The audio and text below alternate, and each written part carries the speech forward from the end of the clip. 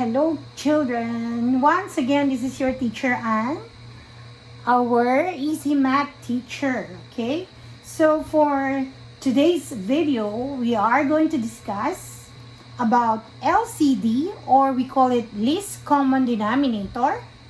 And for that, you are going to identify the LCM or the multiples. Okay, as we use as the LCD, and of course about GCF, or the greatest common factor.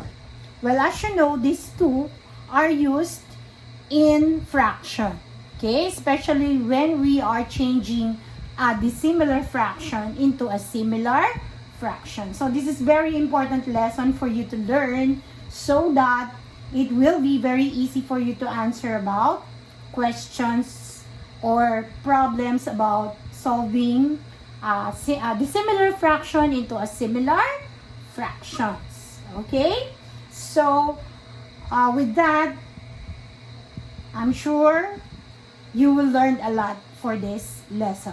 So let's talk about first the LCD.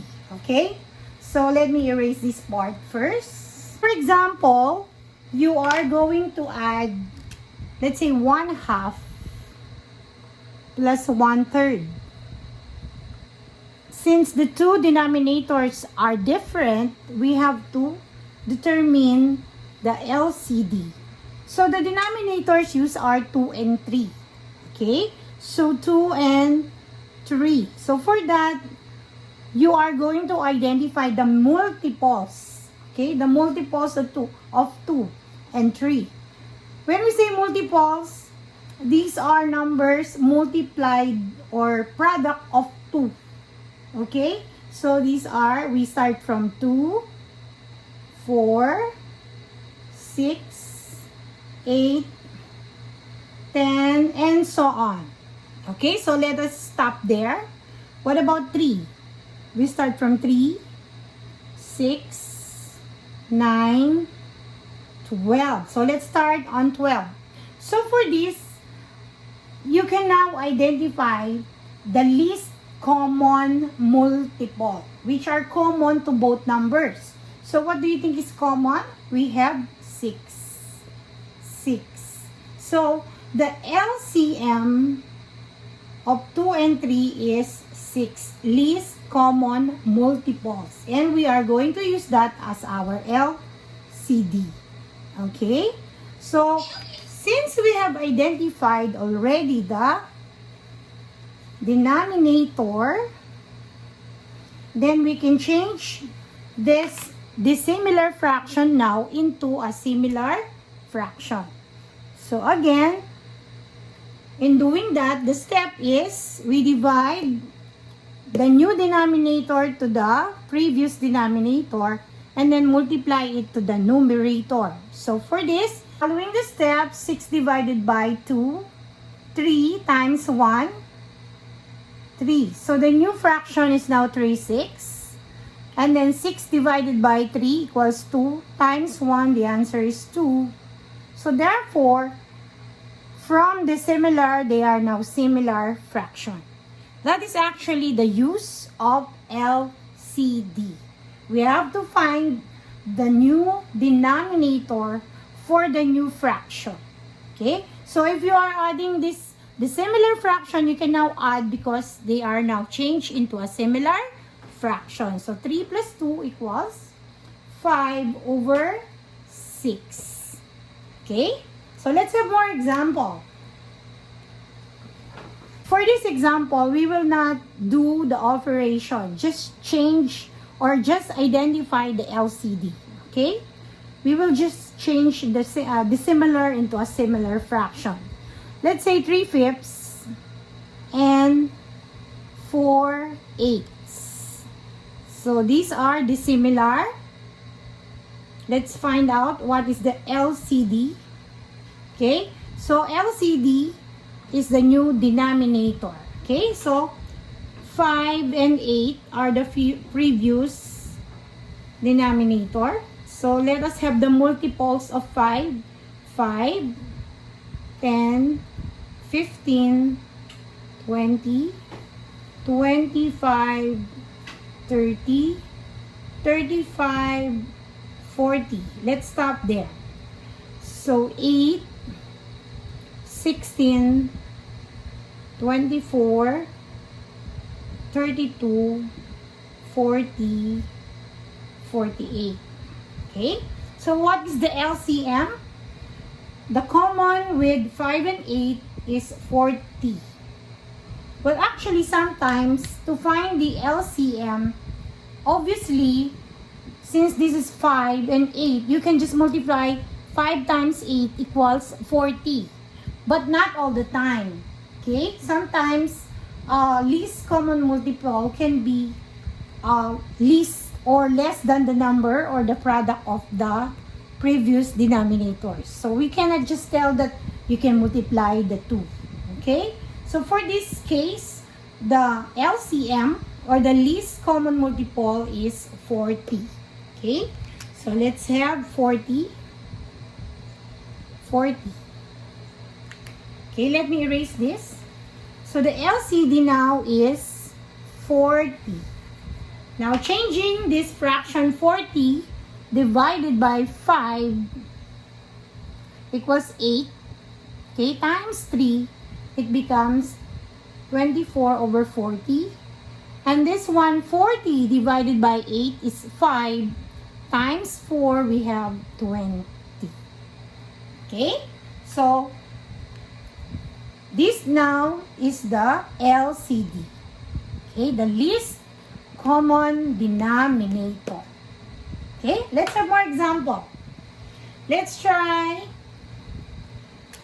let's have 5 over, let's say 5 over 6, and let's have 6 over 8. Okay, so the denominators used are 6 and 8. So let's find out the multiples of 6 and 8. So 8, 16, 24, 32, 40, 6, 12, 18, 24, 30. So what is common? The least number which is common to both is 24. Okay?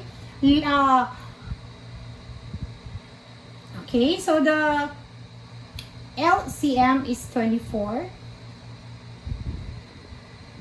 So previously, I said 5 times 8, you can use 40. You can just multiply. But for this, 6 times 8 is 48. It's not the LCD or the LCM. For this, 24 is used as the LCD. So you cannot just always multiply both denominators to get the LCD. Okay? So 6, the new denominator now is 24. 24. Okay? 24 divided by 6. We have 4 times 5 is 20. 24 divided by 8. The answer is 3 times 6. Answer is 80. So there. Okay? Alright. Okay, one last example for the LCD. Let's say 15 over 20. And 10 over 25. Okay, so let's have LCD. Previously, denominator is 20 and 15. LCM of 20, we have 20, 40, 60, 80, 100. What about 25? 25, 50, 75, 100. So the LCD is 100. Okay, 100 divided by 20 is 5. Times 15, we have 75. 100 divided by 25 is 4. Times 10 is 40. Okay, so very easy. That is our LCD. Remember, what is LCD?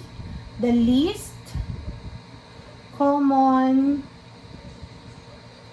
denominator because we are using it as our denominator. Okay, the denominator. But in the process, we are determining the LCD through the use of the LCM, or for getting the least common multiples of both denominators. Okay, clear? Right, this time we are going to discuss the GCF, or the greatest common factor.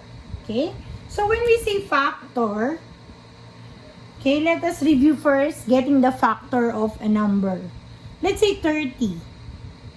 30, what are the factors of 30? When we say factors, we are identifying two numbers that we multiply which have a product of 30. Like for example, 30 times 1. So 30 and 1 are factors of 30. So 30 times 1 equals 30. Right? What else? Let's say multiplying by 2. What is the number? 15 times 2. This is also 30. What else? Multiplied by 3 is 10, right? So 10 times 3 equals 30. Okay, we also have 6 times 5. We also have the product of 30. So all these numbers now are the factors of 30. Okay? Now, in getting the GCF, there should be two numbers, right? Two numbers, because in a fraction, where do we use the GCF? We use the GCF to minimize, or to modify a fraction which is not in the lowest term. We have to simplify or put it in the lowest term. Like for example, let's say using 30, let's have 10 over 30. Okay, 10 over 30. So factors of 30 are 30, 1, 15, 2, 10, 3, 6, and 5. What about 10? Factors of 10. 10 times 1 equals 10. Using 2, 5 times 2 equals 10. So, factors of 10 are 1, 2, 5, 10. Factors of 30 are 1, 2, 3, 6, 5, what else? 10, 15, and 30. So for that, the GCF, the greatest common factor, here the greatest is 10, and we also have 10 here. So the GCF is 10. Okay? So the GCF of 10 and 30 is 10. So if you are going to change this into the lowest term, divide 10 over 10. Divide 10 divided by 10 equals 1. And then 30 divided by 10 equals 3. So the lowest term is 1/3. Okay? So again, let's make it clear. How did we get the factors? So again, 10 over 30, if you are going to change this or simplify it to the lowest term, divide it by 10 over 10. Okay, let's divide. 10 divided by 10 is 1. 10 divided by 10 equals 3. So the lowest term is 1/3. That is by dividing it to the GCF, or the greatest common factor. Okay? So basically, GCF is used to simplify a fraction which is not in the lowest term. Okay, let us have simple. Okay, 2 over 4. 2 over 4, what is the GCF? 2. The answer is 2 divided by 2, 1. 4 divided by 2 is 2. So the lowest term is 1/2. Lowest term. So for an easy or for a smaller fraction, it will be very easy to identify the GCF. Okay? Take for example, 2. Factors of 2, we have 1 and 2 because 1 times 2, you'll get a product of 2. That's it.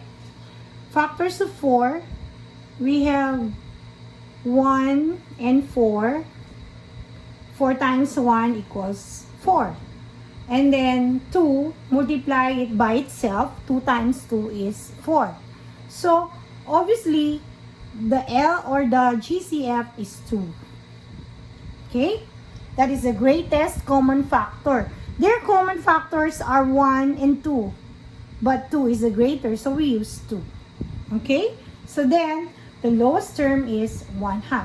So, where do we use the GCF here? GCF is used to simplify a fraction in the higher term. So, we are going to identify its lowest term.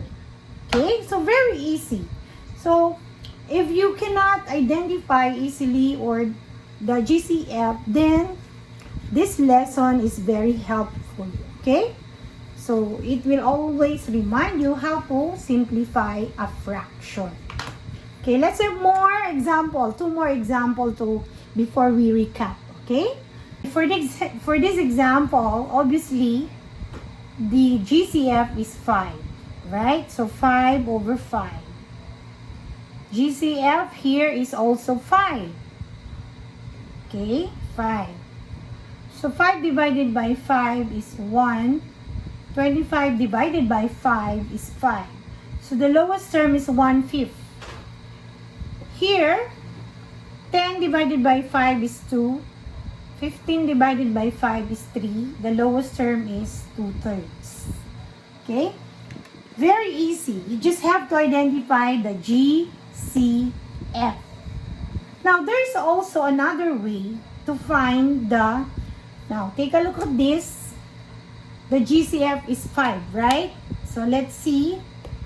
This is also an easy way to identify the GCF. You just have to divide both numbers. Like, for example, 5 and 25. 5, 25. Okay, divide these 2 by 5. 5 divided by 5, you have to think of a number which is divisible by 5 and 25. So, these are both divisible by 5. So, 5 divided by 5 is 1. 25 divided by 5 is 5. So, obviously, these are the factors of both 5 and 25. And the greatest is 5. So, we use the LCD of 5.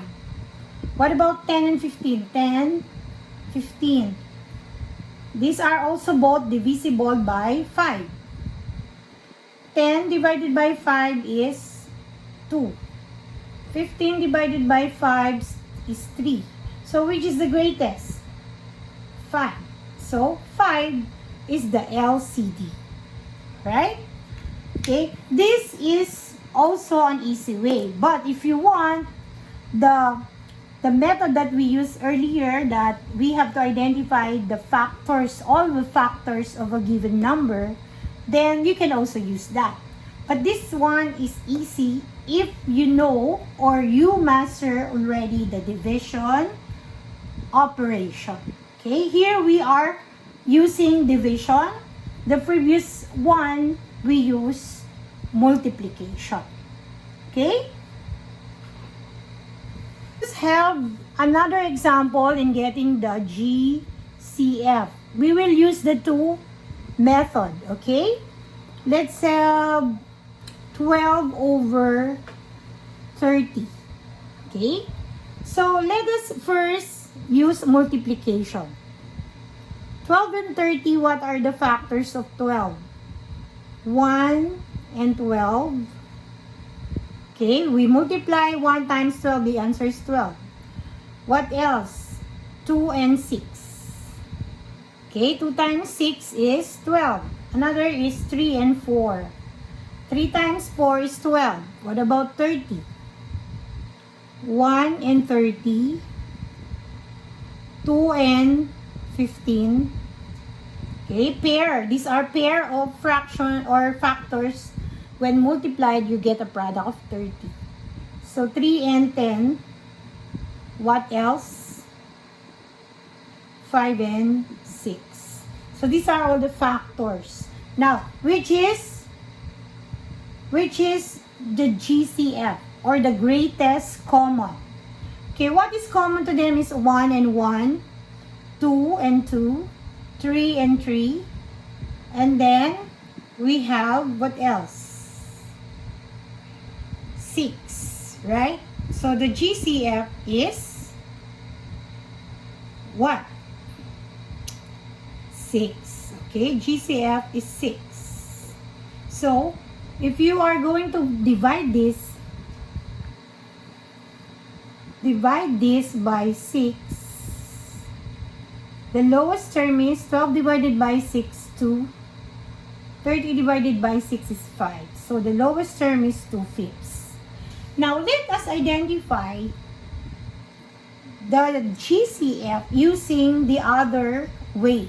Okay, actually these are just the two methods. Okay, 12 and 30. So what number can be divided by 12 and 30? We use what? 6. 12 divided by 6, we have 2. 30 divided by 6, we have 5. Okay?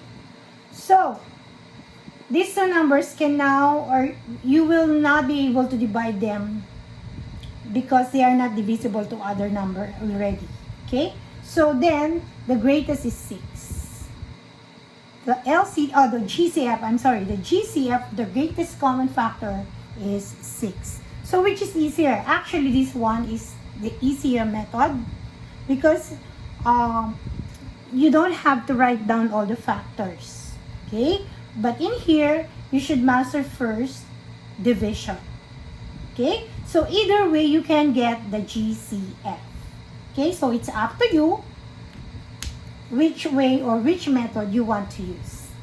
Okay, so I hope you learned from this lesson in getting the LCD using the LCM, and of course in getting or determining the GCF to simplify a fraction.